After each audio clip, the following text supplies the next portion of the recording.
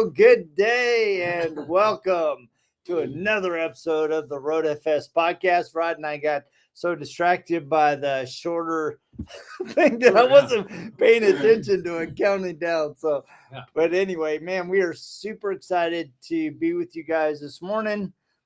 We have had quite the year, and one of those, oh gosh, I can't believe it's March. What is March it? 7th. March 7th. It's like the Ides of March are upon us, and beware, Brutus.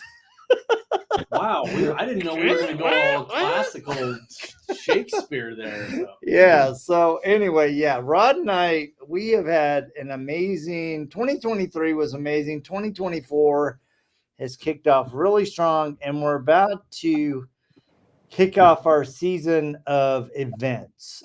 Yeah, so, and this is actually going to be our busiest year we've ever had for travel. I think we have 13 or 14 events scheduled. And one of those that last year that was a real big highlight was Josh Hernandez training for the ADA in Houston at the Lone Star Museum.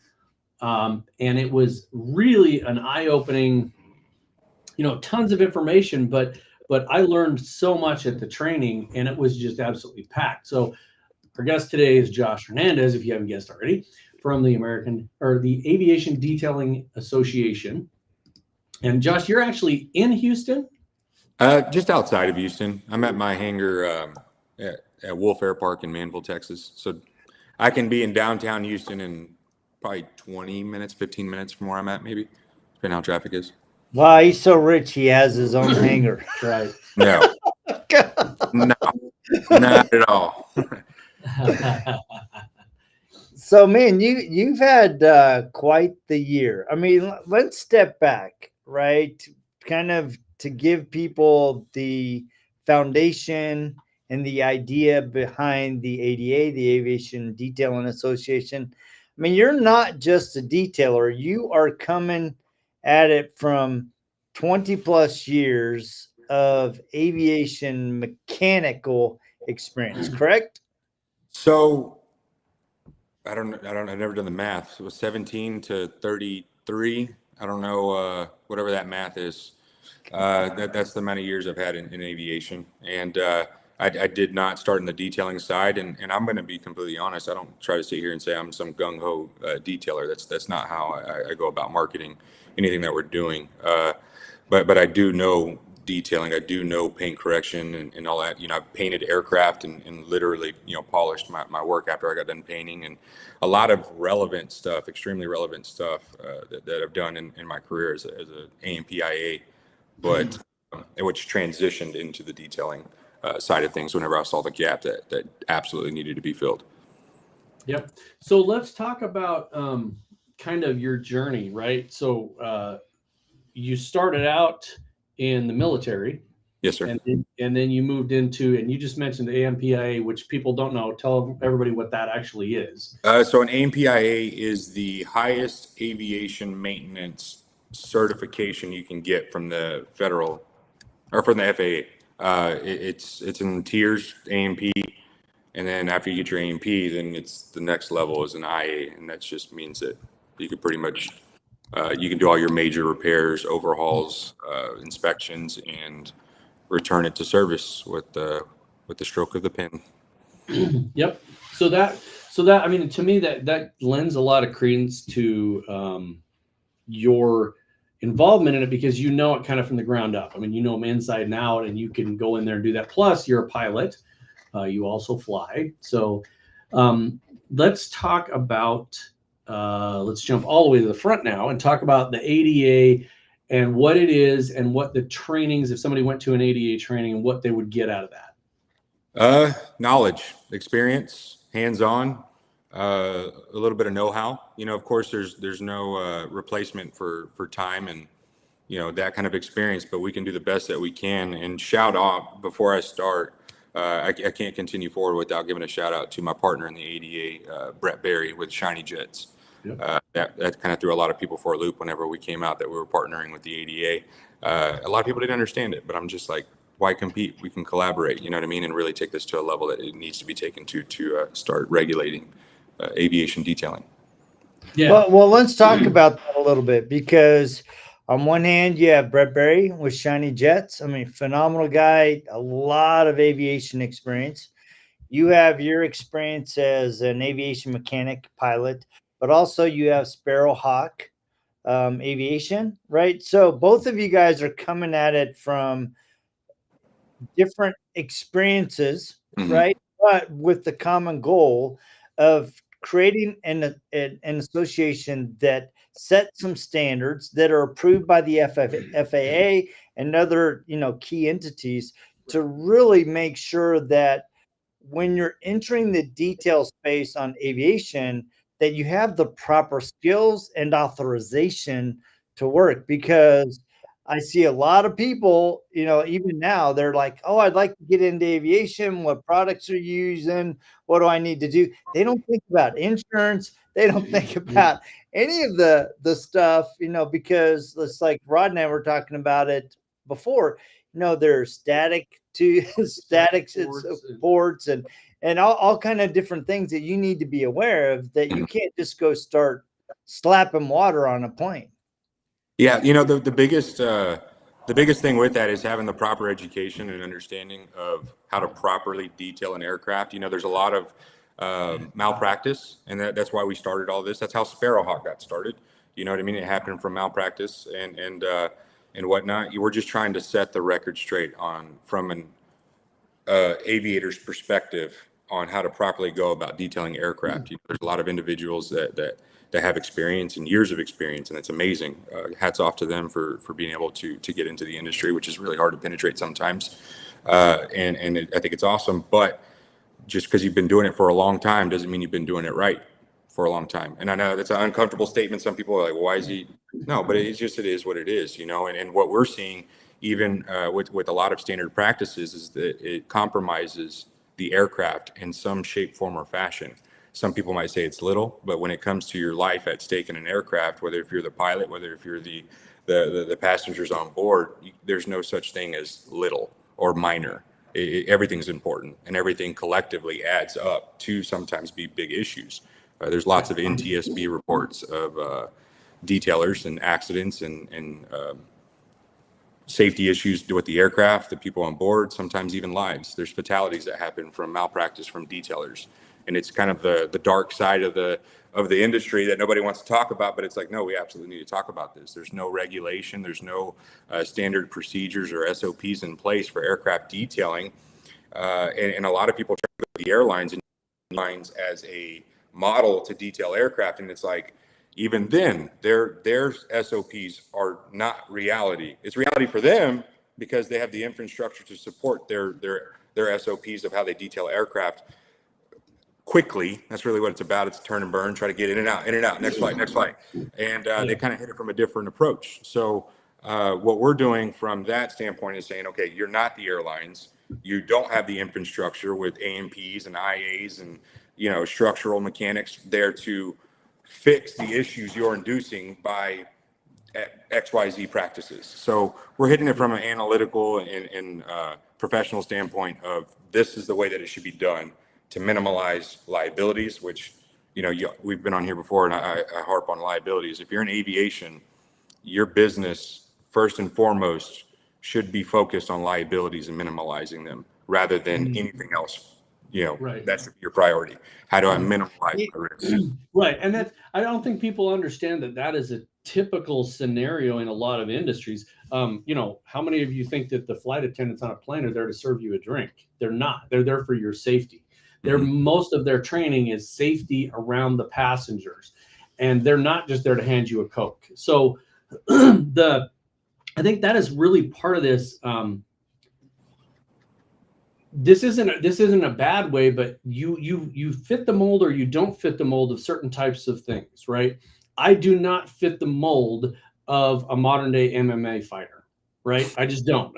I'm an old guy. I don't have a lot of tattoos. Let me see them guns. Yeah, I don't have The guns are a little small. I don't have the kind of attitude that you need to be a modern MMA fighter. The same is true for certain kinds of detailing. Aviation detailing is one of those. I would not have certain detailers that may be killing it. They may be multimillionaires in certain detailing areas, but they don't fit the mold of an aviation person. And the reason I say that is if you think about the difference between going to a used car lot and getting a contract to pressure wash off all the cars once a week, or going to a high-end Ferrari Lamborghini dealership and doing high-end details. It's different scenario, right? You're going to send a different person to do that. So in aviation, one of the big things that I picked up on was the products. You're not going to Walmart to buy your products. You're not going to go cheap out. You're buying the products that are certified by the FAA to be used on an aircraft, right? And so that's a big process. What does somebody have to do? Let's say that I came out with a product and I wanted it to be certified by the FAA. How long does that process take, do you think? So it's different for everybody, right? Depending on there's a lot of variables that you have to take into account, and we got to clear the record because there's misconceptions when it comes to getting your products approved or certified. The FAA has no involvement in approving products. It's a misconception. The feds, I refer to them as the feds. The feds keep out. They actually don't even recognize ceramic coatings. They put it under the same class as sealants and waxes. So they're a little behind the curve, and just as everybody I'm sure is well aware of, it takes a long time to get anything to happen with the government. So they don't support it like that. But what a lot of people think of the manufacturer of the aircraft approval, they take that as law as far as, it's the FAA approval. And it's like the feds don't get involved. Okay. It's the aircraft manufacturers that approve for their particular aircraft, what substrates are there and all that good stuff. And they have their own testing procedures, lots of odd ones. Sometimes when I look at them, I'm like, what, really? Like I really test for that? But nonetheless, it's getting manufacturer approval from various different. Okay. That's a good distinction there, because I know there's a lot of suppliers that want to get involved in aviation, and that is one of the things is you have to have the right products. One of the biggest things that just made me absolutely, once I heard it, I was like, well, that totally makes sense. But until I heard it, I had no clue that was even a thing. And that was on the prop. So the picture behind you, wooden prop, old airplane, right? But you do not put any kind of coating on a prop.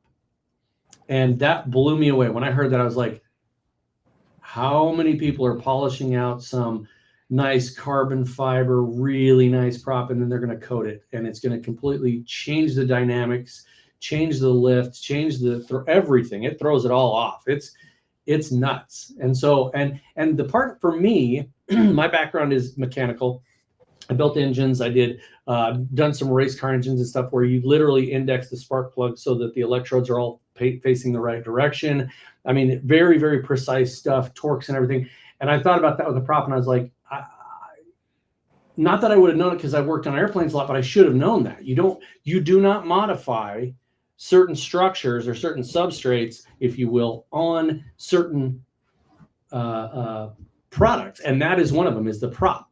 So tell people that just are now sitting there with their mouth open because they just heard that, what does it do to a prop if I put a ceramic coating on it? So I gotta throw this in there, man. You're really trying to spark up some debates. That's what we do, brother. Before we went live, I was like, hey guys, lob me some softballs. Don't throw the Nolan Ryan 100. We don't do anything slow. So this is a common, I don't say common, but it is a debate, and there's a lot of technical police that get involved. You gotta love the technical police. Gotta love them. So they get involved and they say, well, that they try to combat the thought process of you should never ceramic coat a prop.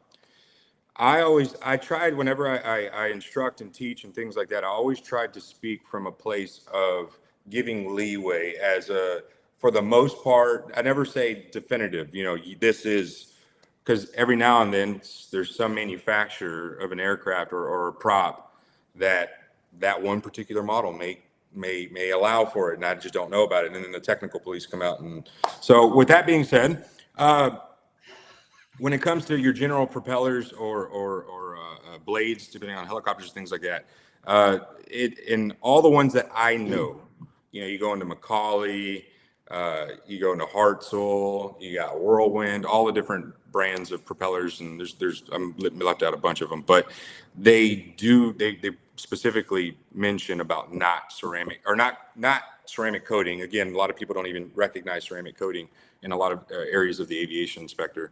But whenever, from the theory of it, is when you have a propeller, the whole purpose of a propeller is to create thrust and lift and things of that nature, and to push something forward, or depending on the configuration, to push it forward from the rear. Depends how you go about it. But at any rate, whenever you apply a ceramic coating or a sealant or any type of coating, you are now sealing off pores of the paint and things of that nature that allow it, that need to be there to help create the thrust and the friction in the air to thrust it forward. Whenever you go in there and you start, ceramic coating it, now you're making it slick and less grip whenever it's trying to create thrust. So you're now affecting the performance of that propeller doing what it does. Am I going to say it's going to fall out of the sky? No, I'm not saying that. But it is impeding its performance in some shape, form, or fashion. And the fact that some manufacturers tell you, in an indirect way, don't do it, then we don't do it. You know what I mean? When it comes to aviation, there's no debates. There's no debates in a lot of things. It's a matter of what does the manufacturer call for, and what does it say? That's it. There's no debating, and that's one of those things where, Yeah. And I think one of the things, going back to your comment about liability, I think about it from the standpoint of safety, right? My wife works for Alaska Airlines, and their mantra is safety first. Mm-hmm. And that's across the board, from their pilots to their mechanics to their flight attendants to even the people that are doing reservations, because they're keeping safe your financial data. They're keeping all of that in order, right? And so if I'm getting into aviation detailing, I'm going at it from the perspective of, how am I going to keep this plane safe, which ultimately keeps my customers and their people that are riding with them safe as well. Yeah. And I think people don't think about that, possibly because the other things they work on are on the ground. But let me just throw this one out there if you want to, because now I'm going to really stir the pot. Should you actually be taking seats and the tires and wheels off of a car when you're detailing it? Huge debate. You better check with your insurance. That's the answer. Because if you are not insured, if you take the wheels off of, let's say it's a Lamborghini, okay? You take the wheels off a Lamborghini, they're about 10 grand a piece, handmade. You take them off, you retorque them on there. If you're not insured to do that and that car runs out of there and a wheel falls off, you were the last one that touched it. Guess who's in trouble? So if it were me, if I owned a detailing business and not a software company, I would not be removing wheels and tires unless I was insured and I had a special form that said, I am approving you to take the wheels and tires off this car, and I approve that you torque them back on. I've actually had a wheel fall off of a car before because somebody else put it on. I've never since 1983, I've never let another human torque the wheels on my car, because I lost a wheel because somebody else was like, oh yeah, I got that one. They didn't got that one, and my wheel went down the street. So you you need to check your insurance and make sure you've got your business in order before you go out and start marketing yourself to do certain things. And that's one of the biggest things, is it's a business decision. Aviation, it's like motorcycles or boats or anything. It's a business decision. If you don't want to go into the industrial coatings, if you don't want to go into boats, don't do it. Check your insurance. So let's say there's somebody out there listening to this podcast. They hear it. They love us. They're like, RoadFS is so awesome, and I listen to him all the time, and Jody's such a sexy dude. They want to get into aviation. What do they need to do to contact you, the ADA, and get involved? So you can get on the website, aviationdetailingAssociation.com. That's a mouthful. But the American Dental Association took our ADA. So let's just spell it out. It's not too hard of words. But Aviation Detailing Association. You can inquire on there. You're more than welcome to contact Brett Berry or myself directly. We'll do the best we can to get back to you as soon as we can, guys. It's a little busy on our end, but we will take it, in a timely manner to get back to you as soon as we possibly can to get you set up in the industry. So, If you have an aviation background, that's awesome. It helps. You know, a lot of times when it comes from the aviation background, say I've met quite a few detailers that are trying to get into aviation where their dad's a pilot and he has his own little, 172 or whatever it may be.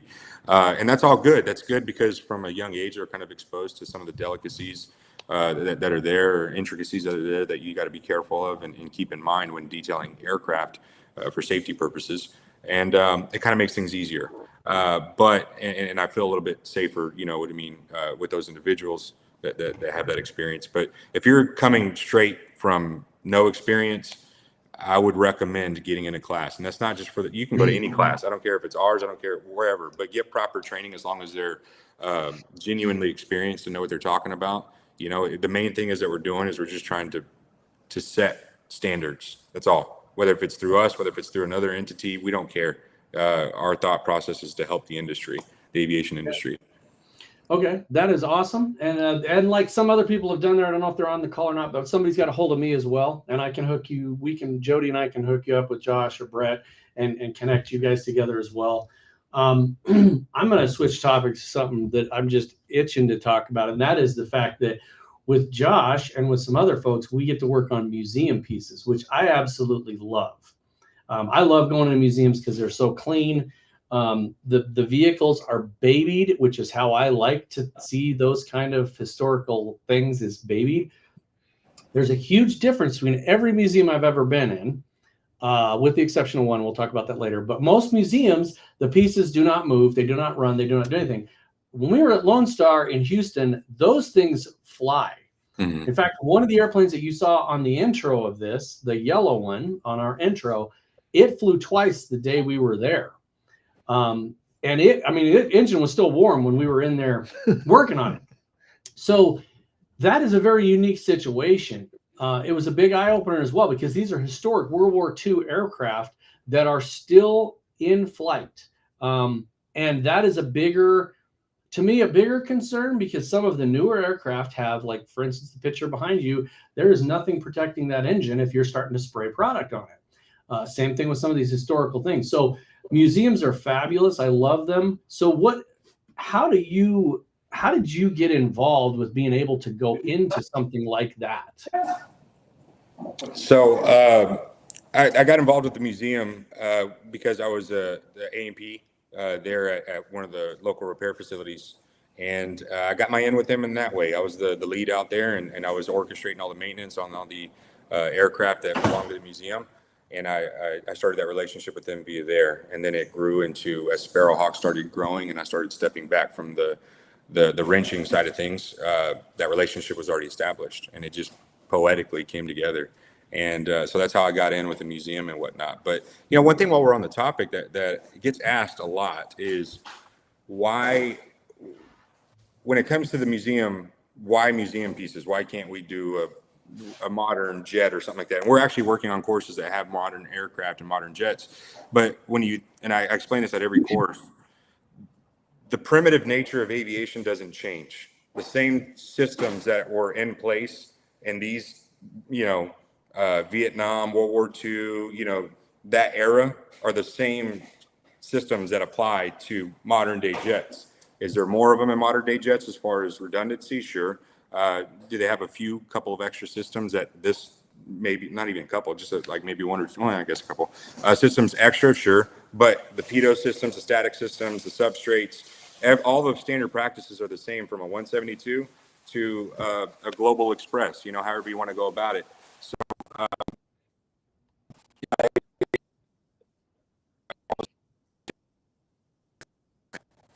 Yep. Well, that's awesome. And that's one of the things that, like I said, we work in museums, and we've been very, very fortunate in Jody and I's career to work in some really awesome things. You guys have all seen us work, Air Force One, at the Falcon One, Air Force One, the Lone Star Museum, and then the Peterson Automotive Museum. Awesome. Peterson Automotive Museum is the other one where the cars actually run. They don't go a lot, but they actually run. And so there's different things you have to do there. So from the standpoint of detailing, this is one of those things where I think in the last couple of years, we've seen people want to expand their businesses, and they either go into like the industrial side of things and they're spraying equipment, or they go into different things. Aviation is a natural thing for people to think about. To me, I would invest in the training just to see if it's something I wanted to do. It is totally different. The substrates, I remember being on, oh my gosh, it was the blue plane in the beginning. I can't remember the model. The SBD? Yeah, the SBD. And I watched a person and I won't call him out on this because it was a little private moment between he and I, but this guy's been detailing for years. He reps a product, and he got his polisher out and he hit the wing and he went on and he was like, "Oh my God, there's exposed rivets." And I'm like, "Yep." So, so you can't hit those. But the thing about that is it's so much different of a world. The substrates can from 1 inch to the next, the substrates are different. You're going from a metal to it's not a cloth, it's maybe open fabric. You can go to some coated fabric. It's crazy what kind of substrates you get on there. And especially if you're working on historical stuff, those parts have been replaced. That wing may not be originally from that plane, and so it's going to have a different look, feel, and touch to it. So I think that people should get involved in it. It's super fun. I love it. They're massive. It's like working on a giant boat, right? I mean, you're going to spend the entire freaking day on it, or two or three. But it depends on how many people you got. But it's super, super fun to be around that. I know that the Thompson, Steve and Steven Thompson that were just at your training, they had a blast. They learned a lot. Well, and I love Tommy's comment, and we can't see all of it because of the limitations of Restream, but even the top line, Tommy Ramos said, attending Josh's class was one of the most eye-opening experiences I've been involved in recent years. Josh is a great instructor and has so much knowledge. It's definitely worth going more than once because I guarantee you will miss something. The first time you go. Yeah. And I just think it's really important because aviation is a different game, right? And I think a lot of people, they're wanting to get into aviation detailing, but they don't really know how, and they're just taking a leap, right? Mm-hmm. So let's specifically talk about what the Aviation Detailing Association is trying to do, both for the industry and for the business owner. Gotcha. Okay. So in a nutshell, it might be a little bit of a big nutshell because it's a lot of information to throw out there. You don't know where to begin, but the whole purpose, and I'm glad you asked it, because I think there's a big misconception on what our goals are in the ADA. First off, let's start off with saying that it's a 501c3 nonprofit. The 501 that the ADA runs under has existed for several years, and its focus is to primarily instruct and train pilots to go make a living. So we grab individuals that don't have $80,000, $90,000, $100,000 to put it into training at ATP or whatever flight school, and we get them through our 501c3 course, and we go from that standpoint. And I'm getting there. Sorry, my partner in the the 501c3 was just here, so he distracted me a little bit. But anyways, I got to throw I get confused real easy. So and we also do mechanics, and that was the part where I was in charge of as well. Is I was getting individuals that were interested in being aircraft mechanics, and we put them under our wing, and we work on aircraft that are in our flight club, and I would oversee it and all that kind of stuff, and we get them enough time and years in service, and then they go out and get their A&P license. Now we're opening up another branch, which is aircraft detailing. So it still falls under our 501c3 for vocational training. So it worked perfectly. Like sometimes you look at the situation like, thank you, God. How poetically did this come together? And this is one of those situations. But our thing is that it's trying to standardize the aviation detailing industry in a major way. And not only from what we're doing, but getting the big players in the aviation industry to get behind us in doing this. And we've already received insane response from the aviation community, big players, big names. I won't drop anything just yet, but lots of big players are backing this up. They see the need. And what we're doing is as we train individuals the proper way to detail aircraft, then from there we build them a profile on our website and when you go to our website, it says, are you looking for a detail or are you looking to join?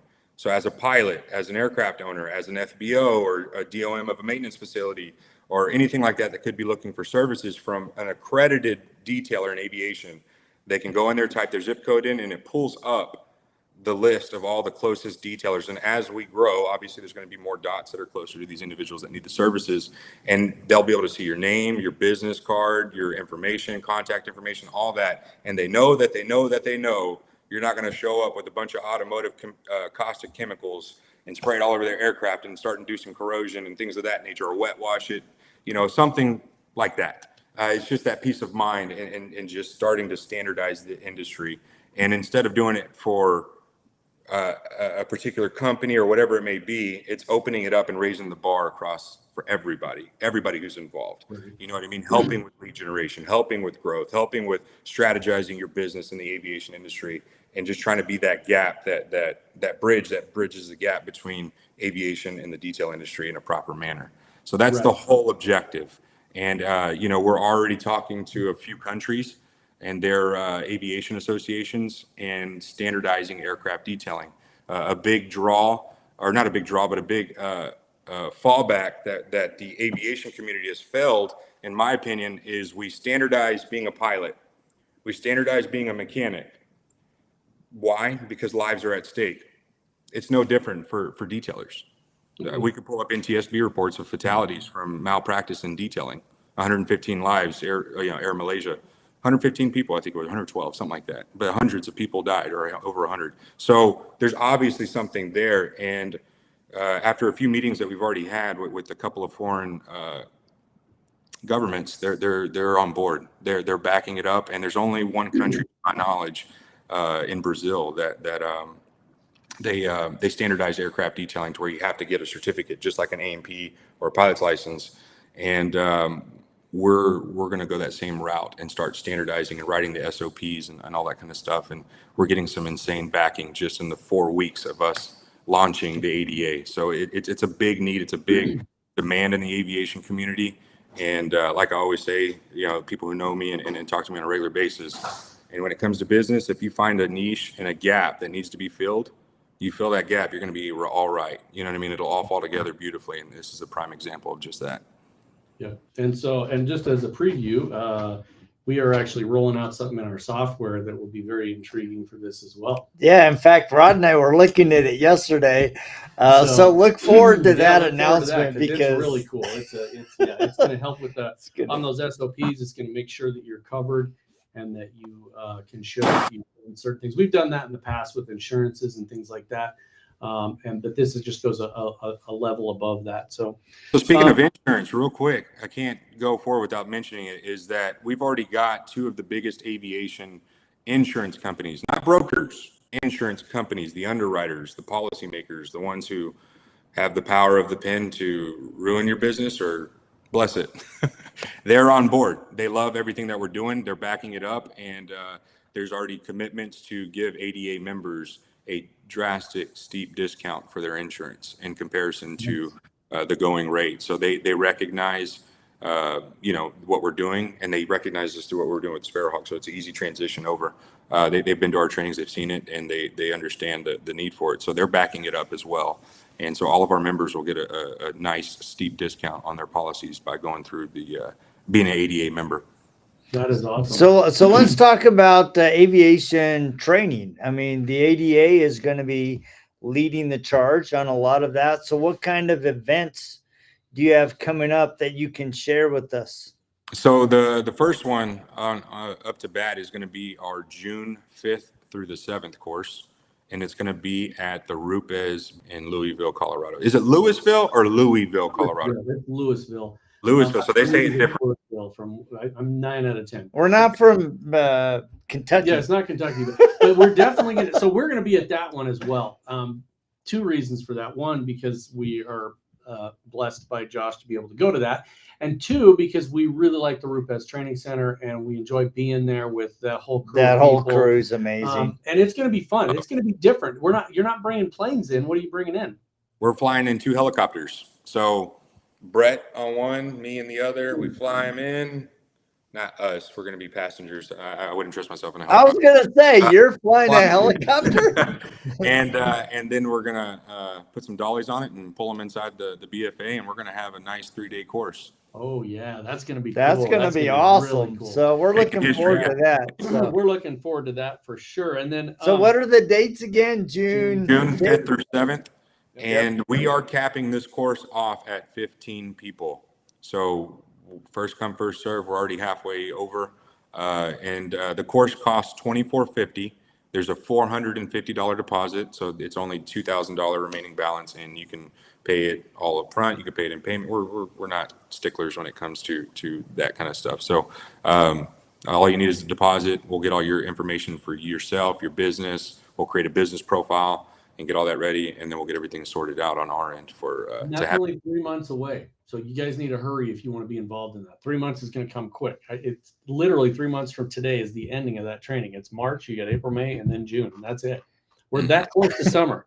Just wait. Get your I boat am out. counting down the days. I mean, you talk about getting my boat out. I literally Sunday was gonna peel off everything so that I could go. Started snowing I was gonna go have some upholstery work on my boat, and Judy's like, maybe you should wait. And that the next day it just snowed, and it's been snowing. Oh yeah. I'm so glad I didn't. I lived in Idaho for 11 months while I was stationed at Mountain Home, Idaho. Oh yeah. I love the outdoors of it. I cannot stand the winters. Oh my God. Yeah, and this is this has been a good I one. left and it was negative. It was either negative 14 or negative 17. I can't remember exactly what it was, but working on the engines, I used to work at Tesla for the engines for the F-15s, the Strike Eagles. And I would take my gloves off and I had about 30 seconds to work and get, the little nut on the bolt or whatever it is before I could not feel my fingers. I mean, it was that bad. It's I've never felt that like it's usually not that cold. Yeah, that's an anomaly, but yeah, it's cold. Usually it's cold. that's Minnesota. we get cold in the summer too. So I think the cool part about to me, the cool part about aviation is, there's a lot of analogies of people like, oh, this industry or that industry will take you all over the world. Aviation actually does take you all over the world. So it's going to be super fun to be there at the RoadFS Training Center. Jody and I are pretty much setting up camp there. That's the second, I think, of 3 times we're going to be there this year. Yeah, we'll be there December 8th through we're going to actually be there December 8th through April 8th through the 12th with the Detailing Summit that was launched by Richard Hutchins. We're really looking forward to that. Paolo Asuncio from Canada is going to be coming down. And then the very next week, there's going to be a LRC Leather Repair Company training in Boise. We get to stay home. And we have the TRCMA the week before. So it's going to be jam-packed. So you're going to be seeing our faces everywhere. Yep. And, that's one of the things that we are really excited to do, right? Rod and I's mission is to have an impact on your business, whether you're using our software or whether it's, listening to this podcast or watching us be silly at different events and trying to promote other people, right? It's really about trying to elevate the entire game. And we get so many great opportunities. And we want to thank you for allowing us to be a part of the Aviation Detailing Association. I mean, we did have a phenomenal experience at the training in November, and it's hard to believe that was 4 months ago. And I have a certificate from it too, like we're members now and everything. It was funny because I told Josh, I shared this with Josh years and years ago, and then I think the statute of limitation is up on this, but in 1986, 7, 8, 9, right up until about that time frame, I used to build engines for ultralight aircraft. And I only did it for a little while, and then I woke up in the middle of the night in a cold sweat because I realized that I was putting my hands on an engine that was up in the air, and I didn't want to have that liability. And so I got out of it even when I was in my 20s. But is that why you don't do cars either? I do cars all the time. I know you do. We did my van, and it was great. So that's one of those things. I was like, yeah, no, I'm not going to do this anymore. Build, no more aircraft, nothing that leaves the ground. So unless it's a wheelie on a car, and I'll do that all day.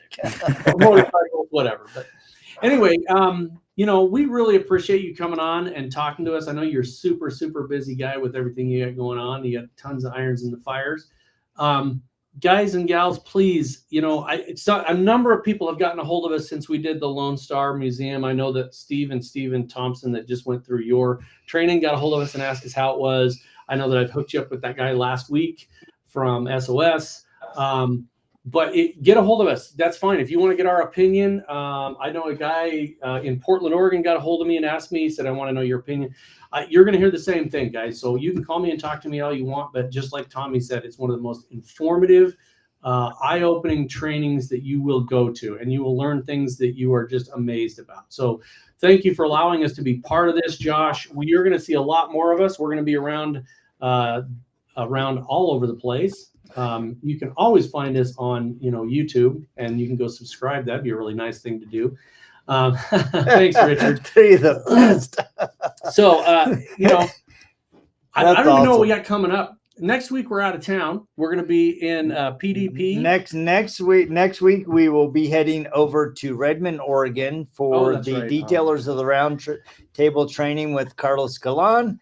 We will shout out to the round table.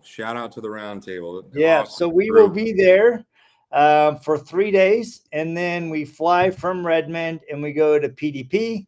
How can I buy a RoadFS shirt? Didn't see it on your Which site. One do you want? I guess we're gonna have to put those. Send me a message on Facebook or my email and tell me your size and which one you want. So we have these shirts and those shirts. So actually, I need to get them on the website. We can sell them, but we have the blue shirt or the NASCAR shirt. The NASCAR shirt. Heck, it's got a 50. It looks like a muscle shirt, Rod. It's got a 50. It is for us. Oh, it's you. It's just you. It's not the shirt. My bad. Yeah, all the people that are in the MMA like me, Dude, I'm gonna get one made that just has muscles drawn on it, so that I look like that's a the only way shirt. you're gonna get muscles. My muscle shirt.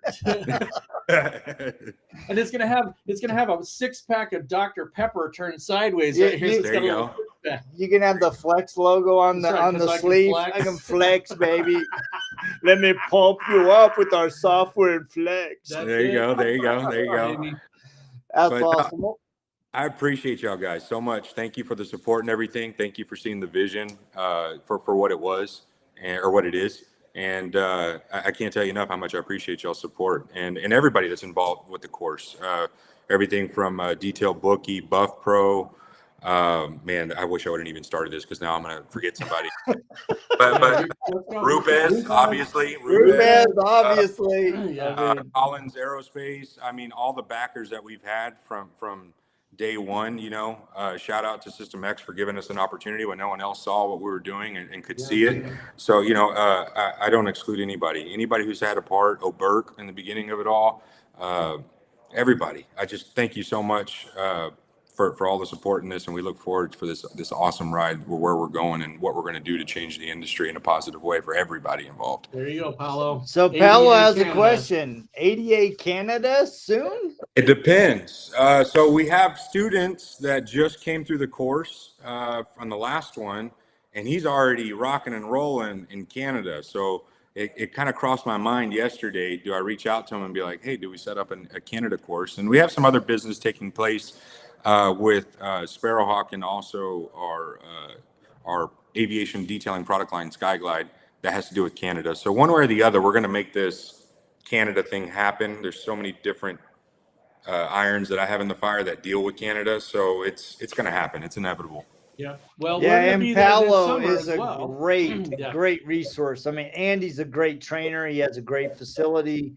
I'm sure, he would be more than, and look, England has to happen. There you go. Can make it happen. It's just a matter of getting the connections. I do have a lot of people that I still know in England.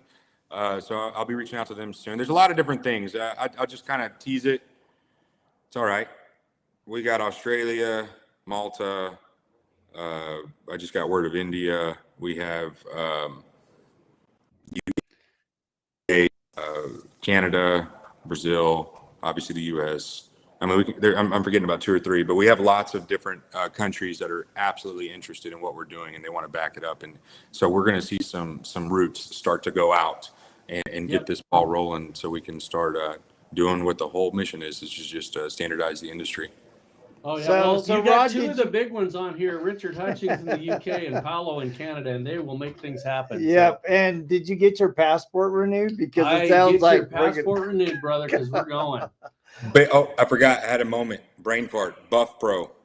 I can't believe I forgot them. That's why. No, I was you actually said Buff You Pro. said They Buff were Pro. the third one Okay. you said. Like, So. they're huge. I mean, they've changed and revolutionized our the way that we do bright work. Legitimately, we actually had a guy. Normally, you don't say this kind of stuff whenever you're talking like this, but Brandon, my guy here in Houston, my right hand man, if you will. I gave him the Buff Pro. I'm like, dude, you got to try this. Man, I don't like it, this and that, because he's just not used to it. Now, you can't get him to not use it for bright work. He loves it, loves it, loves it. He just had to kind of get used to it, if you will, and it's revolutionary. It takes some getting used to. I mean, when I was at Falcon 1 with the Earthers, they put that thing in my hands and I was under the wing like you were at the B-29. And I'm like, dude, I got to work on these shoulder muscles because, man, that thing wanted to walk. He's like, bright work is a new thing. We could do an entire hour on just bright work and having your shoulders just absolutely throb. I mean, it's funny because somebody was talking about it on one of the forums, and it's a person I know, so I was joking with him, but he's like, oh man, I worked on this wheel. It took me like 6 hours. I was like, oh baby, I was under a B-29 for 6 days with using Scotch-Brite pads and a Flex 3401, just pushing. I mean, I was literally just dying. So, hey man, it was funny, man, because that week, I mean, Rod, I got to give him kudos, man. He was a beast every day under that B-29, and it was like, all right, let's get to work, put in the whole days. The moment we got on that plane, it was like, oh yeah, I shut down. I mean, we were done. There's a thing when you're an older guy, you can't show that, right? So you got to just be, you got to just be up there with the young guys. And at the end of the day, we're packing 5-gallon, totes of product, and we're carrying them out. And I'm right up there with the front of the line. Let's go, let's go, let's go. And then when it's over and it's time to relax, he just collapsed. You just go down. Like, so I'm done. That's what you got to do, man. You got. Real quick, man. From now on, whenever we do any kind of podcast together, I'm gonna make sure I have at least just bullet points because I can't forget about things that we got to talk about. But one thing that we're going to be doing with the ADA, and we're working on it right now and finalizing everything. We are going to go towards approving products for aviation.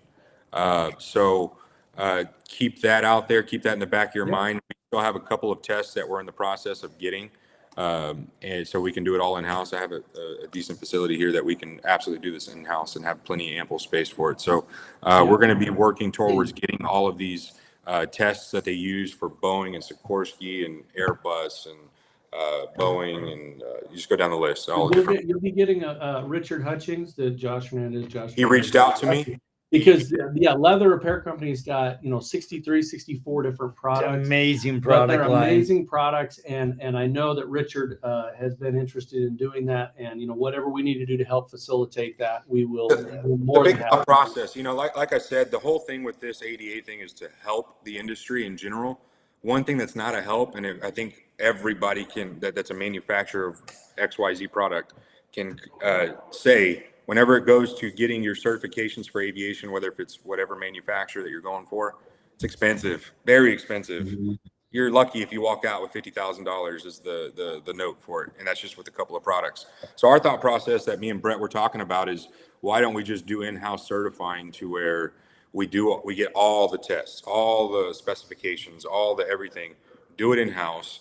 And if you're not trying to get into a manufacturer's maintenance manual and approved, and you're just trying to say, hey, our product is safe, why spend $150,000 just to say, hey, it's aircraft safe?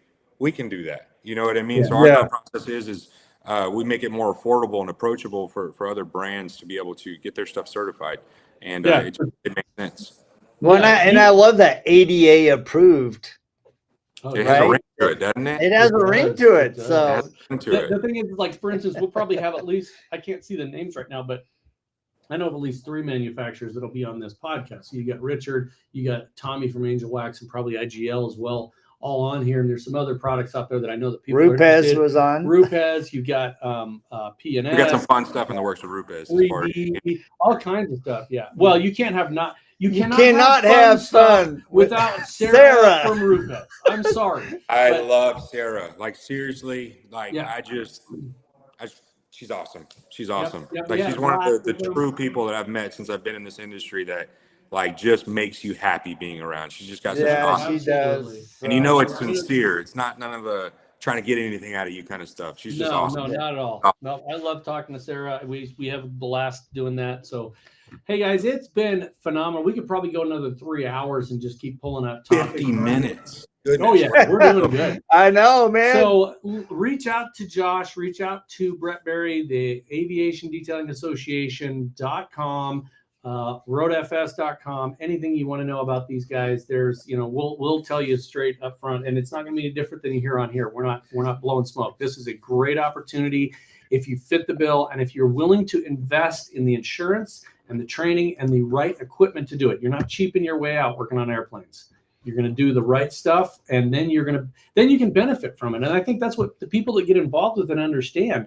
I mean, you look at like Giancarlo, and his partners, that they're so on top of the world doing this stuff, and that I think is something that people can do. You can make this a separate business. You can go to the training and find out it's not for you. Whatever, just get a hold of us and go. Is that a private chat? Oh yeah. GC, but kudos to GC for. And Brandon, like kudos. Like these guys, there's lots of people who've tried to get involved and like, well, nothing's happening, it doesn't work, or keep getting told no. These guys went out there for 2 days to all the local airports, small and big, and got told no a bunch of times, and then got told yes a few times, and they freaking made it happen. And now they've got aircraft under their belt, and they're getting more and more business. And it's like, that's what I'm talking about. You know what I mean? Just that hustle. I won't take it. I want this. I'm gonna get it. You know what I mean? I love that in people. Fires me up. That's awesome. For sure. Well, man, thank you so much for taking the time to visit with us this morning. Guys, if you have any interest in aviation, please get connected with Josh Hernandez or Brett Berry with the Aviation Detailing Association. As you know, Rod and I, we're always here as well. And we're going to have another phenomenal episode. Next week, we're going to be on the road. So we will be on site at Carlos Galan's shop, Diamond in the Rough Detailing, hosting another Detailers of the Roundtable training event. And then we'll be at PDP. So the next 2 weeks, we are going to be on the road and live from RoadFS. And if you're looking for some amazing software to drive your business, of course, we are your guys. And we will check you same time, same bad channel just next week. Yep. Y'all are awesome. I appreciate you. See ya.